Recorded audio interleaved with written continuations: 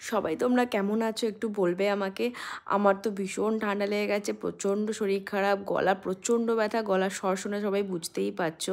আর এটা হয়েছে কারণ হাবড়ায় গিয়ে, হাবড়ায় বাণীপুর মেলা, আমার বাবার বাড়ি ওখানে।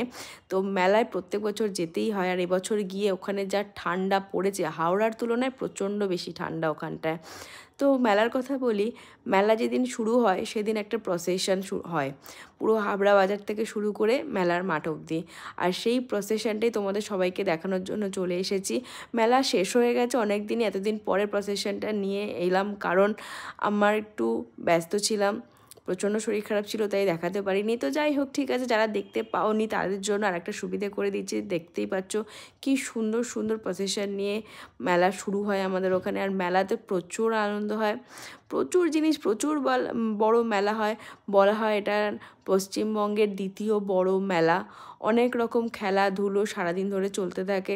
আর ভিড়ের কথা তো বলাই নেই, কারণ অনেক দূর দূর থেকে লোকজন আসে। যেমন আমি এবছর গেছিলাম হাওড়া থেকে, প্রত্যেক বছর বিয়ের পরে যাই এখন।